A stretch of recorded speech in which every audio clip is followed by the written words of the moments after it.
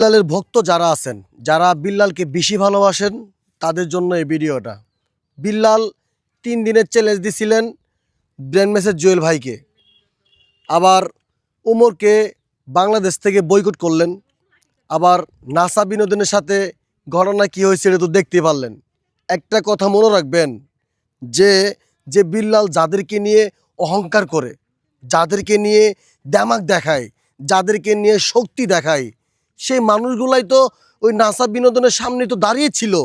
NASA বিনোদন যেখানে ছিল সেখানে তো ওর বিল্লালের ভক্তগুলা, তার মানে কি বোঝাবো, মানে কি বলবো তাদেরকে, কি বলবো, বিল্লালের পোলাপান আর কি যেটা বলে, ঠিক আছে। বিল্লালের ছেলে সন্তান যারা আছে তারা কিন্তু বিল্লালের সাথেও থাকলো, সাথে ছিল। তো তারা থাকা অবস্থায় কিভাবে বিল্লালে মার খেলো আপনারা বোঝেন। যদি সে একজন ভালো মানুষ হইতো, যে তাকে যে এত ভালোবাসে, সে যদি আসলে ভালো মানুষ হইতো, যে তার ভক্ত যারা আছে, যে তারা, তাই সে যে বলছে যে আমার পোলাপান, ওই পোলাপানরাই কিন্তু ইপলাই ধরতো, ধরে নাই। বিল্লালে মার খাইছে, দাঁড়িয়ালা, বড় বড় দাঁড়িয়ালা এভাবে কুমড়ো হাত দিয়ে দাঁড়ায় আছে।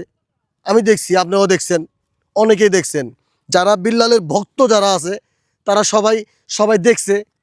কিন্তু নাসার মতো মানুষ, সে অন্যায়ের সাথে কোনোদিন জড়িত না। বিল্লাল যে কাজটা করছে, যে কাজটা করতেছে, ও আসলে মানুষের কাতারে আসে না। প্রিয় বন্ধুরা, আমি আপনাদেরকে একটা জিনিস বোঝাইতে চাই, যে আসলেই সে যদি ভালো মানুষ হইতো, তাই নাসার মতো মানুষ তাকে কেন মারবে? সে যে ভালো মানুষ, তার পিছনে খালি আঙুল ঢুকাই দিব। ভালো জিনিসও যদি বুঝতো, তাহলে তো প্রতিনিয়ত ভালো কাজগুলোই করতো। আপনি জানেন সে ভালো না, বিশ্বাস করেন। ব্র্যান্ড মেসেজ জুয়েল ভাইকে 3 দিনের চ্যালেঞ্জ, আবার উমরকে বাংলাদেশ থেকে বয়কট, হ্যাঁ, 63 জেলাতে বয়কট করা হবে। এটা কি অনলাইন কি তোমার বাবার নাকি? বিল্লাল, তোমার এখনো সময় হয়েছে, এখনো তোমার সময় আছে। বিল্লাল, তুমি ভালো হয়ে যাও।